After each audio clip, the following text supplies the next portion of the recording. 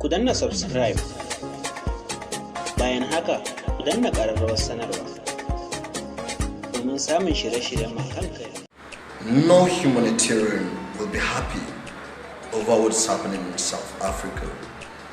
I'm not happy as well. I'm a Nigerian and I know you are a Nigerian. But we don't respect each other.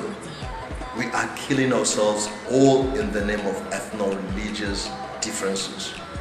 And now all the celebrities are all over the social media complaining about what is happening in South Africa.